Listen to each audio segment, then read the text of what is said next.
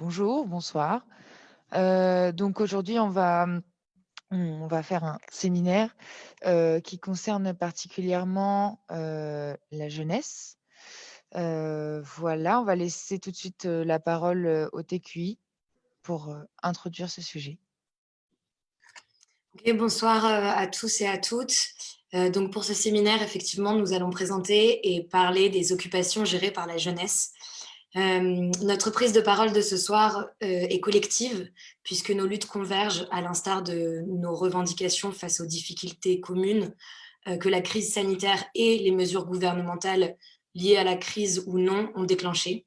Donc nous allons tenter ce soir, dans un premier temps, de présenter les réalités diverses de nos occupations, de nos profils et de nos parcours.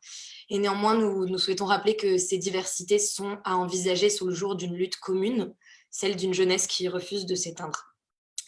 Donc d'abord, présentation des situations d'occupation, des formations et de toutes les occupants occupantes qui existent et qui luttent actuellement.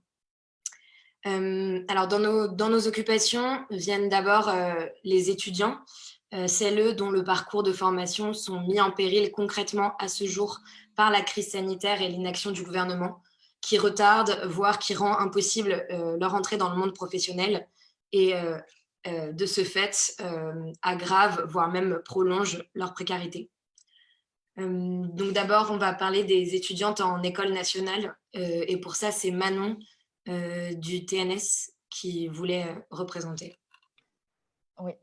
Nous, au TNS, les principaux occupants, c'est des élèves donc d'école nationale. Donc, on a la chance d'avoir le statut étudiant. Parmi nous, il y a des créateurs et des créatrices son et lumière, des scénographes, des dramaturges, des metteurs en scène, metteuses en scène et des acteurs et des actrices. Parmi nous, on a quelques jeunes qui ne sont pas forcément étudiants. Il y en a notamment qui viennent d'écoles privées ou de conservatoires et donc qui bénéficient pas du statut étudiant, donc de tout ce qui va avec, les bourses, etc. Voilà. Ouais, super, merci. Du coup, ça, c'est un des profils d'étudiants qu'on retrouve dans nos occupations. Il y en a un autre qui concerne les apprentis comédiens de l'ESCA. Blanche, est-ce que tu souhaites le présenter directement? Oui, alors effectivement, nous on a à l'ESCA, donc qui est l'École supérieure des comédiens par l'alternance, on a un double statut, donc on est à la fois étudiant et à la fois apprenti. Voilà, donc on n'est pas la seule formation comme ça, donc on est rémunéré par l'école, on travaille en même temps donc on a des contrats professionnels et en même temps on suit une formation. Il y a d'autres formations qui sont comme ça, pas en tant qu'école supérieure, mais qui ont aussi comme ça l'alternance, dont même certains qui sortent avec l'intermittence, puisque nous, à l'ESCA, on sort avec du chômage, mais pas l'intermittence. Ok, merci. Du coup, un autre profil d'étudiants qui se trouve dans nos occupations, cette fois-ci, ce serait plutôt les élèves de CMA, de CRR et de COP. Pour le coup, est-ce que la Colline, Saïd, est-ce que tu veux présenter cette partie-là? Oui, bonsoir à tous et à toutes. Du coup, nous, c'est vrai qu'à la colline, on est rentré en premier avec des étudiants aussi en école supérieure et beaucoup en fait d'étudiants du conservatoire d'arrondissement parisien et du CRR de Paris, donc cycle spé ou cycle préparatoire. Et maintenant, aujourd'hui, on essaye d'ouvrir l'occupation à plusieurs profils, dont notamment des élèves en d'école privée. Et on s'est mis aussi en contact avec d'autres élèves de d'autres conservatoires, donc au niveau national. Et la particularité qu'on a, comme tu l'as expliqué, du coup, Roxane, c'est qu'on n'a absolument pas de statut étudiant, donc on bénéficie ni des bourses, ni des aides apportées aux étudiants. Voilà. Merci. Et du coup, pour terminer un peu ce panorama des profils représentés, nous, au TQI, donc au Théâtre des Quartiers d'Ivry, on représente principalement les primo-arrivants et primo-arrivantes et les jeunes intermittents, intermittentes. qui sont présents dans la plupart des occupations, mais particulièrement ici. Et notre particularité, c'est que du coup, on est arrivé cette année où il n'y a vraiment pas très longtemps sur le marché du travail. Donc, on est confronté à la difficulté de réunir les 507 heures à déclarer pour obtenir l'intermittence, qui est particulièrement accentuée avec la crise sanitaire. Et du coup, à cela s'ajoute un manque de réseau, un manque d'accès à des premiers contrats qui nous permettraient d'obtenir ces heures de travail, parce que très souvent, dans nos premières activités, les heures ne sont pas déclarées, ou alors seulement les heures de représentation. Et en temps de pandémie, il n'y a plus de représentation, donc ça rend la chose très, très compliquée. Pour la deuxième partie de ce panorama, ce qui nous a paru le plus pertinent, c'était en fait de vous présenter des prises de parole, des manifestes qui ont été écrits par différents lieux. Et du coup, vous présenter un petit peu nos cris du cœur, on va dire, de la jeunesse. Donc, si le TNS qui voulait présenter son texte, ensuite on a un texte, nous, au TQI. Voilà. Merci. Alors, donc ça, c'est une tribune qui a été écrite il y a déjà quelques semaines par une dramaturge de l'école du TNS. Ce pays oublie sa jeunesse. Nous avons 22 ans, 25 ans, 23 ans, 19 ans, 27 ans, 18 ans, 21, 24 et 26. L'une de nous a eu 20 ans la semaine dernière, derrière les portes closes de ce théâtre. Et combien d'autres ont fêté et fêteront leurs 20 ans seuls? Nous avions des rêves pour chaque anniversaire à venir, des objectifs, des projets, des promesses. Nous devions grandir encore, chercher, saisir, sentir, construire ensemble et dans toutes les langues le monde de demain. Étendre nos bras, nos jambes, enjamber, courir. La pandémie nous a coupé nos membres. À nous, jeunesse amputée, mutilée, vous avez répondu courage, espoir, patience. Alors nous nous sommes armés, oui, de patience. Nous avons espéré, attendu, prié. Nous nous sommes confinés, nous nous sommes masqués. Nous avons accepté d'annuler, d'arrêter, d'interrompre. On s'est résigné à nos écrans. On s'est stoppé en pleine route, sur des longs chemins, figés dans l'élan, en équilibre. Les amitiés naissantes empêchées, les rencontres empêchées, l'apprentissage empêché, l'expérience empêchée, la pensée confinée empêchée. Vous nous aviez dit que nous étions les forces du rêve, mais l'espoir ne tient pas coûte que coûte, et le rêve s'abîme, et le courage s'épuise, et ça ne suffit tout simplement plus, car ça fait déjà trop longtemps qu'on espère, et nos réserves ne sont pas infinies, elles s'amenuisent, se réduisent en peau de chagrin. Non, nous ne danserons pas toujours. Non, nous ne rêverons pas toujours. Non, nous ne survivrons pas quoi qu'il arrive. Oui, des destins seront brisés. Oui, des existences seront condamnées. Oui, une génération est sacrifiée. Nous ne vivons pas dans le déni de la pandémie. Nous voulons apprendre à vivre avec elle, là où le gouvernement nous exhorte à attendre de jours meilleurs. Nous ne pouvons plus attendre un futur sans cesse mort-né. Un jour viendra où nous ne pourrons plus espérer, croire, attendre, et qui prendra la relève? Les plus jeunes d'entre nous, les adolescents et les enfants, seront-ils encore capables de rêver à un autre état du monde? À 14 ou 15 ans, quand on s'est déjà habitué à ne pas connaître le visage des autres, comment peut-on imaginer un monde solidaire? À moins que ce ne soit cela, finalement, l'objectif des arbitrages, enterrer pour toujours l'idée que l'on puisse vivre dans la pluralité, l'idée que l'autre peut nous aider. Qu'est-ce qu'il restera alors? Une société où l'on étudie seul, où l'on travaille seul, où l'on jouit seul, où l'on meurt seul. Oui, cette société-là entretient et garantit un fonctionnement économique effréné, au détriment de toute logique humaine. Nous savons que l'argent ne fait plus le bonheur de notre génération. Nous apprenons chaque jour le goût amer de sacrifice et de solitude qu'il a désormais.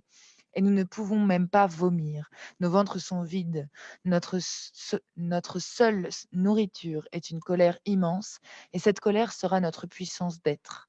La mort lente qui rampe sur nos corps, mort sociale, mort physique, à laquelle nous condamne le gouvernement, nous allons nous en défendre, nous aussi, coûte que coûte, avec les dents, les ongles, avec les pavés, avec le feu. Ici, à l'intérieur des théâtres, où nous nous sommes enfermés, plus les jours passent, plus nous sommes inquiets. Ne croyez pas que nous dormons, ne croyez pas que nous rêvons. Nous avons les yeux grands ouverts. Plus les jours passent, plus nos mains sont serrées. Plus les jours passent et plus nous sommes dangereux. Nos révoltes ne sont pas culturelles. Notre révolution est humaine. Entendez-nous, chaque jour qui passe, nous sommes affamés mais pas affaiblis. La peur qui grandit nous fait vivre. Nous sommes décidés à en découdre avec la marche inacceptable du monde. Nous ne refusons pas la peur parce qu'elle est dans nos mains, dans nos poings serrés. Parce que sans elle, sans cette force qui nous pousse encore, nous serons définitivement sans avenir. Vous nous avez refusé des aides à l'emploi et à l'insertion. Nous, étudiants, étudiantes, qui allons faire notre entrée dans un monde professionnel sinistre, profondément fragilisé et par la crise, embouteillé, miné par une concurrence accrue, vous nous avez refusé cet accompagnement, vous nous refusez une place, des créneaux pour la jeunesse dans le monde futur, vous refusez l'abaissement du seuil d'heure pour les primo-entrants, vous nous refusez un avenir, nous sommes vos suicidés. Vous nous laissez démunis, vous nous laissez disparaître, vous n'avez pas fini de compter vos morts, nous sommes vos suicidés. Nous avons 20 ans et nous sommes vos suicidés. Nous ne laisserons personne dire que c'est le plus bel âge de la vie. Les élèves occupants et occupantes du Théâtre national de Strasbourg.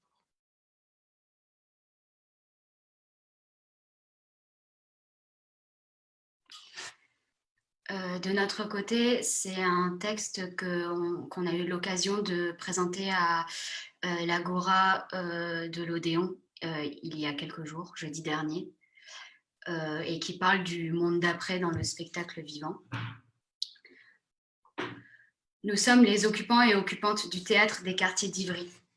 Après un mois de lutte et 3 communiqués, nous ne pouvons vous le dire autrement. La question du monde d'après s'est imposée à nous comme une évidence, une nécessité dès que nous avons ouvert les portes d'un lieu qui à présent est le nôtre. La réouverture des théâtres, oui. Mais pas dans un monde où le spectateur moyen est un homme blanc de 50 ans, où la banlieue ne rentre pas dans les théâtres de banlieue, où les femmes ne représentent que 10,6% de la programmation du Festival IN d'Avignon, où nous passons plus notre temps à courir après des cachets plutôt que des projets, où les théâtres nationaux, les scènes nationales, les centres dramatiques nationaux ne marchent que par cooptation, par copinage, se refilant inlassablement leurs CV entre eux, où on peut séparer l'homme de l'artiste mais pas la femme de la victime, où la femme n'est qu'un consommable, un objet de désir, et lorsqu'on devient trop vieille ou qu'on devient trop pleine, on est bonne à jeter, où la diversité des corps est un acte politique et non une banalité, alors que la France prône l'égalité sur les façades de ses mairies, l'égalité des chances dans ses écoles. Les artistes non blanches et non blancs sont quasiment absents du paysage théâtral. Où la phrase « habillée comme ça, tu es déjà prête pour les scènes de viol » est une phrase qu'on peut entendre dans la bouche de nos professeurs. Où, aveuglés par un universalisme de surface, les paroles en non-mixité ne peuvent exister puisque l'oppresseur ne peut entendre qu'il opprime. Où nos sexualités ne sont que des fantasmes, comme si nous n'étions faits que pour niquer, comme si nous n'avions pas le droit à l'amour. Où les critiques, les directeurs, les subventionnés prônent l'ouverture seulement sur les scènes de théâtre, comme si la politique était une veste, un costume qu'on peut laisser dans sa loge à la fin du spectacle. Et qu'une costumière invisible viendra la nuit pour laver pour eux, et qu'ils enfileront le lendemain comme si rien n'était, car en réalité, il ne se passe jamais rien. Aujourd'hui, le monde est aux portes des théâtres. Laissons-le entrer tel qu'il est, dans toute sa richesse, sa splendeur, sa complexité.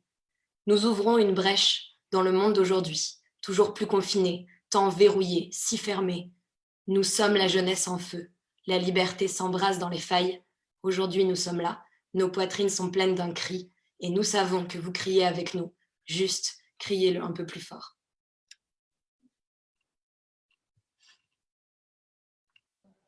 Merci beaucoup. Est-ce que vous pourriez nous faire juste un point sur le CNESERAC? Oui, tout à fait. Le CNESERAC, ça veut dire Conseil national de l'enseignement supérieur et de la recherche artistique et culturelle. C'est une instance de dialogue entre tous les acteurs et les actrices des formations supérieures dépendant du ministère de la Culture.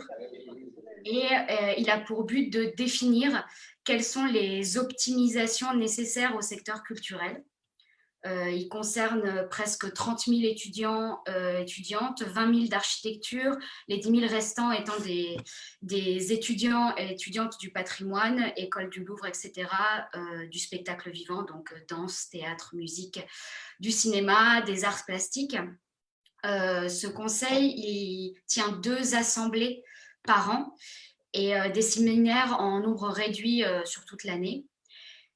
Et donc, c'est un conseil qui a beaucoup d'influence en fait sur ce qui se passe dans les différentes formations à échelle gouvernementale. Et pourtant, extrêmement peu d'étudiants et d'étudiantes ont accès aux informations concernant ce conseil. Les conditions d'élection et de réunion ne sont pas toujours communiquées ou alors dans des délais qui sont extrêmement courts. La représentativité est limitée, c'est-à-dire qu'il n'y a que 4 représentants ou représentantes pour tout le spectacle vivant, c'est-à-dire le théâtre, la danse, la musique, le cirque, la marionnette.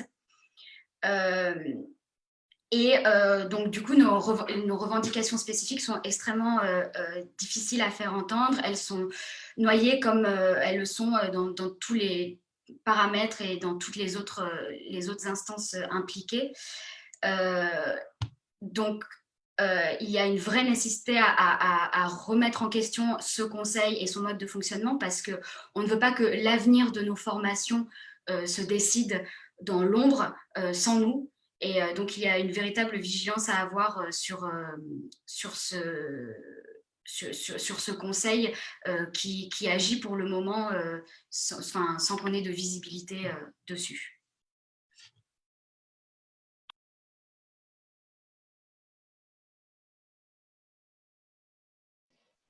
Pardon. Ok, merci beaucoup. On va, pour appuyer un peu ce qui a été dit, aujourd'hui, on a la sensation en tant que jeune. Vous m'entendez ou pas? Oui, super, ok, pardon. Donc, on a la sensation aujourd'hui d'être oublié par le gouvernement.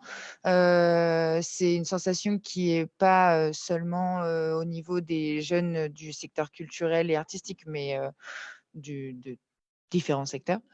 On a la sensation d'être une génération qui est sacrifiée, où tous les lieux de rassemblement sont fermés. Il y a une impossibilité de communiquer due au distanciel. Et pour parler du secteur culturel plus particulièrement, on a donc rédigé un communiqué national de la jeunesse du spectacle vivant. Ce besoin est né d'un constat, d'une frustration. On a vu que les publics sont vieillissants, que les grosses productions sont souvent dirigées par des personnes âgées de plus de 50 ans. C'est également le cas pour la direction des 4, 5 en comptant Chaillot théâtres nationaux, qui sont tous dirigés actuellement par des hommes de 50 ans ou plus. Donc voilà, pour appuyer encore ce que disait le TQI, il y a une sous-représentation des femmes et une sous-représentation des personnes issues de milieux précaires et pauvres. Donc pour nous, en tant que jeunes, on a une visibilité d'avenir qui est spéciale. On va vous faire juste un petit point sur l'année grise. Je t'en prie. Donc l'année grise, c'est pour rebondir avec la table ronde qui s'était aussi déroulée avec l'Odéon sur l'année blanche, pour faire le rapprochement entre les deux. Il y aura des revendications plus tard, je crois, dans cette conférence qui vont évoquer plus spécifiquement en quoi consiste l'année grise, pour faire un parallèle assez court. L'année blanche, c'est la reconnaissance par le gouvernement d'une impossibilité au travail, et on aimerait nous demander au gouvernement de reconnaître qu'il y a une impossibilité future de travailler pour les jeunes en insertion professionnelle, mais qu'on se base tout comme l'année blanche, sur cette impossibilité de travail. Et ensuite, du coup, il y a plusieurs points qui rentrent en compte dans l'année grise, qui sont des mesures possibles pour créer, pour créer plus d'opportunités d'insertion professionnelle et donc pallier à cette impossibilité de travailler. Voilà, et je laisse la parole à Manon pour continuer. Je voulais vous donner quelques chiffres. On a une alliée, Alexandra Chéniaud, qui est occupante à la Colline, qui a fait une moyenne d'âge des metteurs et metteuses en scène qui sont programmés dans les théâtres nationaux. Donc, sur la saison 2019-2020, la moyenne, c'est 51,5 ans. On peut se demander aussi si cette information est en lien avec le fait que la moitié des spectateurs dans le théâtre public a plus de 45 ans. Et puis, pour revenir aussi sur la question de la sous-représentativité, sous-représentation, il y a une étude qui a été faite par la Direction générale de la création artistique du ministère de la Culture qui dit qu'au 1er janvier 2019, on a 27% des CDN qui sont dirigés par des femmes et que pour la saison 2017-2018, c'est 17% des spectacles programmés dans les théâtres nationaux qui étaient écrits par des femmes. Donc voilà, c'est pas forcément une surprise, mais comme ça, on a les chiffres pour nous appuyer. Je vais passer à la lecture du communiqué, donc le communiqué national de la jeunesse du spectacle vivant, qui est co-rédigé par les jeunes occupants des théâtres et qui a été soumis au vote lors de différentes réunions inter-écoles. À vous, responsables politiques, Monsieur le Président de la République, Madame la Ministre de la Culture, Madame la Ministre de l'Enseignement supérieur et de la Recherche, Monsieur le Premier ministre, membres du gouvernement, sénateurs, sénatrices, députés de l'Assemblée nationale, nous, jeunes artistes et techniciens, techniciennes, élèves, étudiants, étudiantes, apprentis, intermittents, intermittentes, universitaires, issus d'écoles publiques, nationales, supérieures, privées, de conservatoires et d'universités, prenons aujourd'hui la parole de façon collective. Dans ce monde où tout est à l'arrêt, où penser le futur est impossible, où les vies sont hiérarchisées entre essentiel et non essentiel, où la culture ne se résume qu'au médium du numérique, la précarité financière et psychologique s'étend. Face à une politique qui ne répond pas à nos besoins, nous en venons à la conclusion qu'il faut agir. Le discours relayé sur l'accès à la culture par le numérique comme alternative à cette situation de crise ne peut être envisagé comme une solution crédible face à un mouvement prônant le rapport humain et social. En négligeant l'importance du spectacle vivant, vous vous rendez responsable de la construction d'une société de l'isolement. Vous contribuez à bâtir un tout numérique qui nie le besoin fondamental des individus à être collectivement. Ce n'est pas un plus, c'est un élément essentiel du vivre ensemble. Cela fait maintenant plusieurs semaines que partout en France, nous occupons nos théâtres, au nombre de 92 actuellement. Je précise que ça a été écrit le 30 mars. Nous sortons de l'endormissement, nous nous rencontrons et nous nous organisons. C'est pourquoi aujourd'hui, nous, la jeunesse culturelle, faisons paraître ce communiqué. Nous sommes là à présent, nous serons là demain. Il est essentiel que nos revendications soient entendues, traitées et que vous y répondiez. Sans être rattaché à aucune organisation, syndicale ou parti politique, ce mouvement de la jeunesse du spectacle vivant porte ses revendications pour tous et toutes. Cette mobilisation inédite, aussi spontanée qu'évidente, est significative d'un besoin urgent d'être moteur, motrice, constructeur, constructrice, penseur, penseuse de la société. Elle est une insurrection contre les messages envoyés par le gouvernement à travers ses prises de décision. Nous ne voulons plus rester figés dans cette sensation d'impuissance. Nous agissons donc à l'endroit qui est le nôtre, artistes et travailleurs, travailleuses de la culture. Voici nos revendications. La prolongation de l'année blanche et son élargissement pour tous et toutes les intermittents, intermittentes de l'emploi, ainsi qu'aux primo-entrants, entrantes, ce qui inclut également les intérimaires, extra et saisonniers, entre autres, nos professions étant interdépendantes, elles doivent être traitées de manière égale. l'abandon pur et simple de la réforme de l'assurance chômage. Nous demandons un plan d'accompagnement dans l'insertion professionnelle des jeunes artistes, étudiants, étudiantes, sortants et sortantes d'école, primo-arrivants, arrivantes, en voie vers l'intermittence. Nous demandons un investissement massif dans le développement et ou la création des fonds d'insertion de nos écoles afin de nous permettre réellement d'accéder à l'emploi. Nous réfléchissons activement au dispositif qui permettra de faciliter l'accès à l'intermittence dès la sortie des formations. Nous exigeons que les fonds d'insertion locaux soient revalorisés à la hauteur du JTN, Jeune Théâtre National. Nous demandons en outre la création d'un fonds d'insertion national pour toutes et tous les élèves diplômés des écoles professionnalisantes de théâtre de France, ainsi que la formation de troupes sur tout le territoire réservé aux jeunes diplômés, tels que le JTRC du théâtre Olympia à Tours et l'atelier Cité à Toulouse, qui sont des jeunes troupes associées. L'uniformisation et la revalorisation des formations en conservatoire. Nous demandons l'accès au statut étudiant au même titre que les autres étudiants et étudiantes universitaires, statut auquel les écoles privées doivent également avoir accès. Nous demandons à ce que nos diplômes CET, DET, DNOP soient considérés comme des diplômes du supérieur et non pas seulement comme des équivalents au baccalauréat. Un financement du secteur culturel passant par un plan massif de soutien à l'emploi en concertation avec les organisations représentatives des salariés de la culture. Nous demandons la revalorisation du budget alloué à la culture et sa sanctuarisation au sein des différentes collectivités territoriales. Nous demandons une représentation, une participation, un dialogue dans nos institutions gouvernantes, ainsi que la transparence et la visibilité des organes du ministère de la Culture. La préservation des droits sociaux, retraite, formation, médecine du travail, congés payés, etc., passant par un soutien financier aux caisses menacées par l'arrêt des cotisations. Nous demandons des mesures pour garantir l'accès aux congés parentaux et maladies indemnisés à toutes et tous les travailleurs et travailleuses à l'emploi discontinu précaire, ainsi qu'aux auteurs et autrices. Nous demandons un accès au RSA dès l'âge de 18 ans pour tous et toutes. Nous demandons également des mesures d'urgence face à la précarité financière et psychologique de tous les étudiants et étudiantes de France. Nous demandons une réflexion globale, plus approfondie, sur l'accès à l'emploi des personnes subissant des discriminations. La sous-représentation nuit à l'insertion professionnelle et induit une réelle précarité.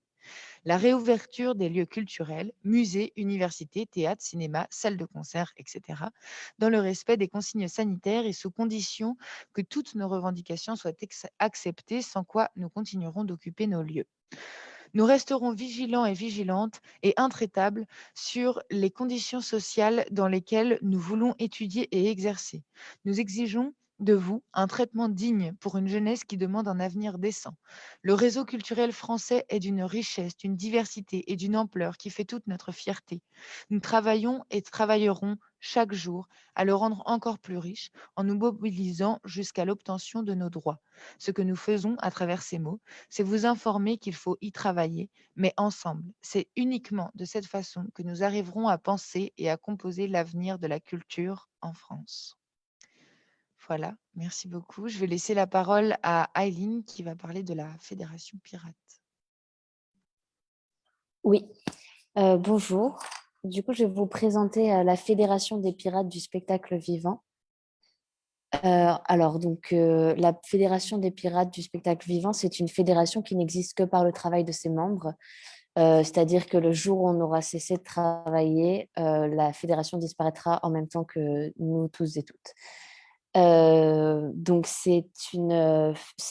elle a été créée en janvier 2020 lors d'un sommet au théâtre de l'Échangeur avec 191 artistes et techniciennes précaires du spectacle vivant.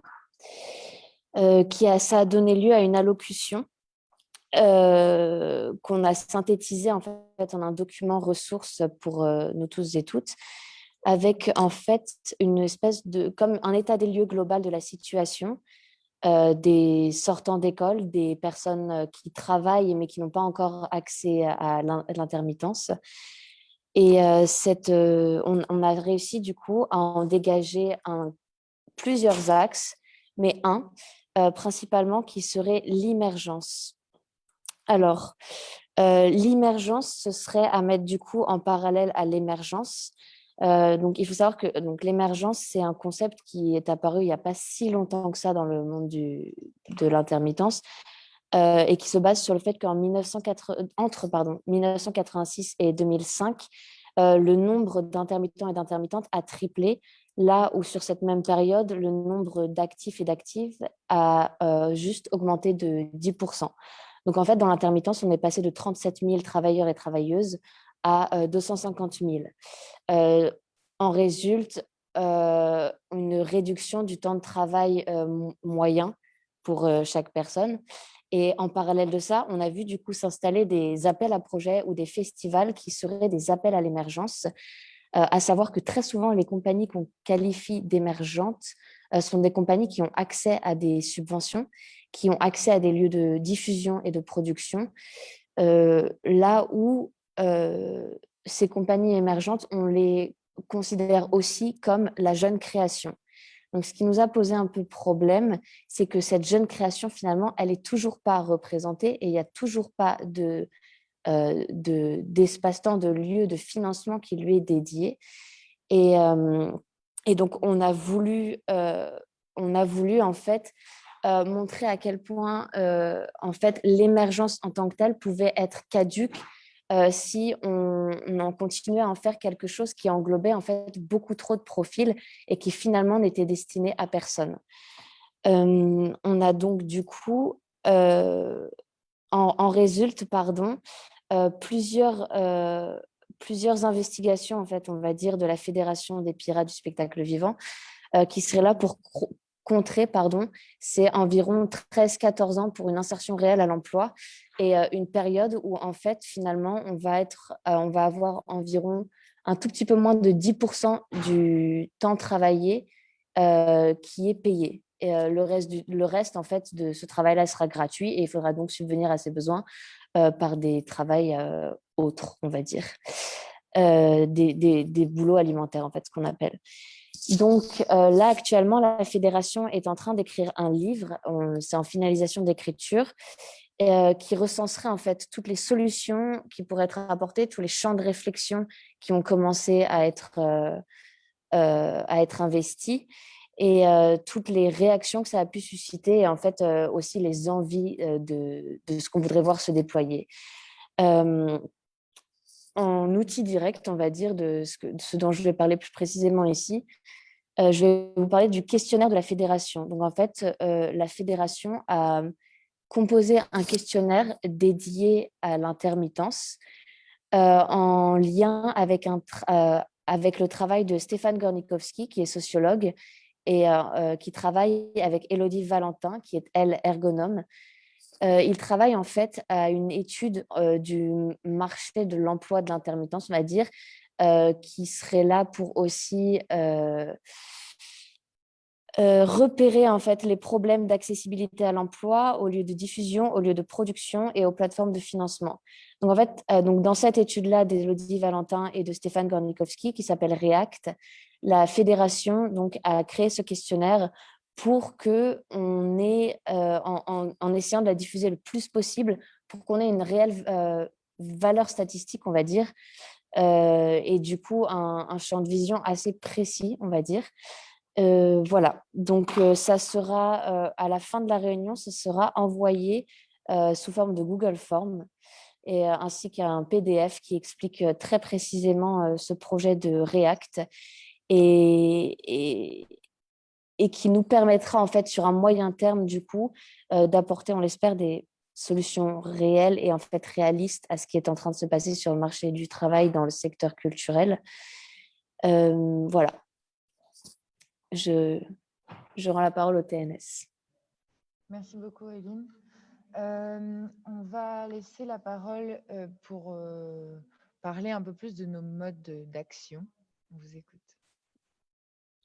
Alors, après avoir vu qui, que, quoi, on va vous dire un peu comment et voilà, donc un peu parler de ces modes d'action qu'on a pensé sur les différents lieux. Alors, avant tout, la première chose pour porter nos revendications, c'est qu'on essaie de faire un peu des actions coup de poing. Donc, les actions coup de poing, elles ont pour objectif d'aller investir des lieux qui ne sont pas culturels et de mettre comme ça en lumière notre mouvement face à des publics qui ne seraient peut-être pas sensibles ou qui ne connaîtraient pas. Donc, avant tout, on utilise l'art pour revendiquer. Donc, on prend un exemple, par exemple, l'action qui a été menée à Rouen, où des occupants, occupantes et des gens se sont couverts de sang, avec un visuel très fort et qui a permis derrière, après, d'expliquer un peu notre situation et pourquoi on portait un peu ces revendications. On essaye aussi de faire des actions qui dérangent, qui vont là s'adresser directement au gouvernement et aux lieux de pouvoir. Par exemple, il y a une action à Toulouse sur Instagram où vous avez donc porté des écritures sur le corps, vous avez dessiné en pointillé pour montrer des morceaux de viande et montrer que ce gouvernement découpait un peu, tranché là où il voulait. Et c'est des actions qui nous parlent même dans d'autres lieux occupés parce que je crois que ça montre pareil visuellement vraiment ce qui se passe. Et donc, ça défend un peu ce pour quoi on se bat.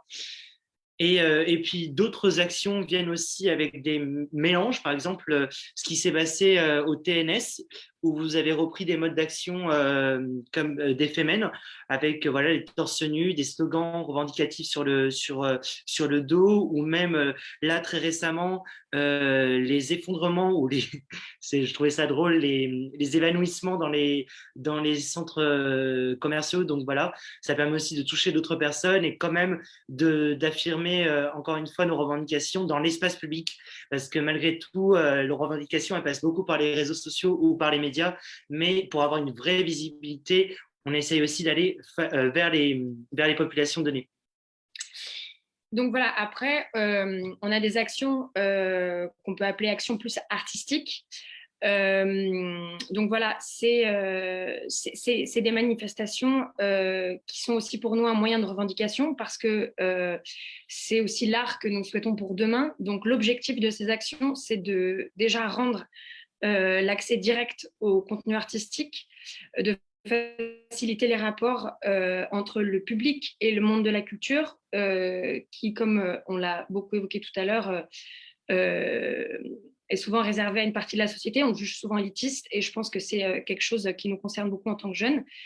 Voilà, donc on occupe aussi du coup pour créer du contenu artistique parce qu'a priori on est les artistes de demain et qu'en ce moment donc on est dans une situation de crise de l'emploi, crise sanitaire et crise écologique. Donc on est amené à se demander quel présent militant et artistique et quel avenir on veut pour nos métiers, parce que on n'acceptera pas de laisser la culture sans avenir. Donc voilà, il y a des textes qui sont lus et joués, il y a de la musique en live, des danses, des chorégraphies, que ce soit à la Colline, à l'Odéon, au Théâtre de Gennevilliers ou dans beaucoup d'autres lieux.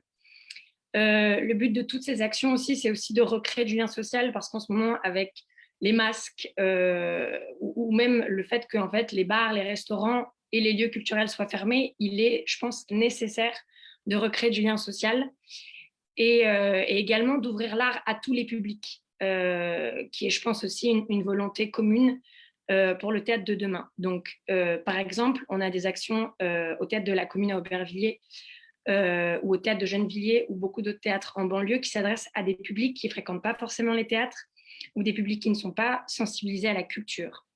On a aussi pour objectif, à travers ces actions artistiques, de donner la place à toutes les formes artistiques et évidemment en ce moment gratuitement. C'est absolument pas l'idéal qu'on souhaite pour la culture, mais en tout cas c'est ce qu'on fait aujourd'hui. Voilà, et donc cet objectif, on a donc pour volonté de créer des espaces de liberté où le contenu n'est pas trié, comme par exemple au Théâtre de la Colline, il y a des scènes ouvertes où on travaille aussi dans beaucoup de théâtres en collaboration avec beaucoup d'artistes qui sont invités à venir faire des prestations devant chaque lieu, comme des groupes de musique, des danseurs, des marionnettistes et évidemment du théâtre. Donc voilà, en fait, l'objectif un peu de tous ces modes d'action, avant tout, c'est de communiquer, de donner la parole et de réfléchir ensemble au théâtre de demain. il est important de dire que dans certains lieux, il y a déjà des tables rondes ou des débats d'idées entre occupants, chercheurs, chercheuses, personnes du monde de la culture, extérieurs au mouvement. Par exemple, à la commune, ils reprennent les revendications donc, sur le communiqué commun que vous avez entendu tout à l'heure et ils essaient de creuser un peu plus en essayant voilà, de donner des informations par newsletter à toutes les personnes qui aimeraient connaître un peu plus le mouvement. Et ça permet comme ça de vraiment nous prendre connaissance aussi du monde actuel de la culture et de dire ce qui ne nous va pas et d'aller vers ce qui pourrait nous sembler plus intéressant. Pareil, pour la colline, on a eu la chance d'avoir une intervention de Jacques Rancière qui est venu, lui, plutôt pour parler entre nous de comment est-ce que le mouvement pourrait fonctionner ou organisation. Voilà. Donc, le but, c'est d'aller de plus en plus vers ce geste intellectuel, entre guillemets, bien sûr, mais de vraiment communiquer ensemble et de aussi échanger et s'informer avec les publics. Par exemple, au T2G, du coup, il y a eu des témoignages ou des enregistrements du micro-trottoir avec les habitants qui étaient autour du lieu, donc avec des questions. Donc, comment rêvez-vous le monde de demain? Comment est-ce que le public peut être, comment les publics justement, on peut parler des publics et élargir le public, toutes ces questions-là. Donc, c'est aussi donner la parole aux oubliés de la crise. Je pense, c'est ce qu'on a entendu aussi parfois, donner la sensation que les artistes ou le monde culturel n'a pas abandonné ou non plus les personnes qui vivent cette crise sanitaire. Parce qu'avant tout, on a, je pense, l'opportunité voilà, de pouvoir utiliser ce mouvement-là pour dire que la culture, en fait, est essentielle aussi en temps de période de crise et elle permet d'ouvrir, de réfléchir et d'avoir une vraie prise de conscience. Voilà, donc c'est aussi cette sensation-là de sensibiliser les passants ou les publics au mouvement et d'échanger sur différents problèmes et peut-être aller comme ça à un partage des connaissances, à un partage voilà, des savoirs et des modes de production et de diffusion. Peut-être voilà, arriver à une culture qui soit beaucoup plus inclusive et qui donne un peu et qui s'ouvre vraiment à différents formes et champs disciplinaires. Voilà. Et donc, je pense qu'on peut conclure un peu, en tout cas, cette présentation de la jeunesse en disant évidemment qu'on appelle à la mobilisation. On a besoin d'occupants et de public. Donc, venez devant et dans les théâtres. Vous pouvez retrouver d'ailleurs dans la légende du live un point agenda sur justement toutes ces actions dont on a parlé plus haut. Voilà, pour que vous puissiez savoir quand c'est. Et il y a exactement, il y a aussi un lien vers toutes les pages Instagram ou réseaux qui permettraient de suivre notre actualité. Évidemment, on appelle aussi au relais médiatique parce que je pense qu'il nous faut une place médiatique plus grande parce qu'on a des revendications qui s'étendent non pas seulement au monde de la culture, mais également à tous les précaires, aux étudiants, aux chômeurs. Je pense que vous avez pu l'entendre dans notre communiqué, comment s'ouvrent nos revendications. Ah oui, et tu voulais oui, je voulais rajouter aussi, c'est important de le dire, que de plus en plus, donc les lieux occupés, surtout les lieux occupés par la jeunesse, s'ouvrent aussi, ce que je disais tout à l'heure, à différents champs disciplinaires.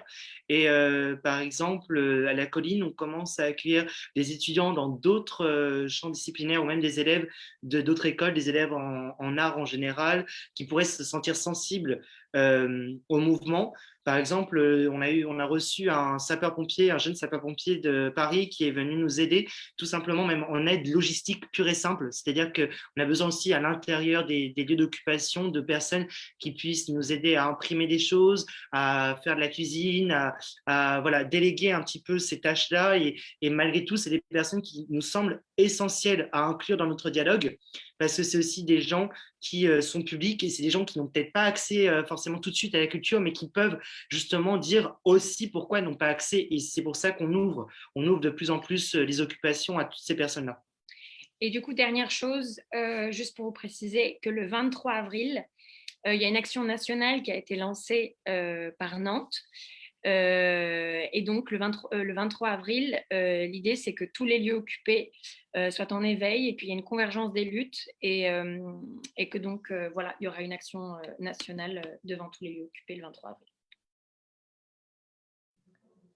Merci beaucoup. Si vous le souhaitez, si vous avez des choses à ajouter, c'est le moment. Je reprécise juste que on vous enverra les différents textes lus par mail et on va passer aux questions, si vous avez des questions. J'y vais. Alors d'abord, on va faire un petit au revoir aux spectateurs du live Facebook. Voilà, donc vous pourrez nous retrouver la semaine prochaine pour un séminaire à nouveau ou prochainement dans la lutte, on espère, voilà, sur le parvis des théâtres ou en manifestation. À très vite.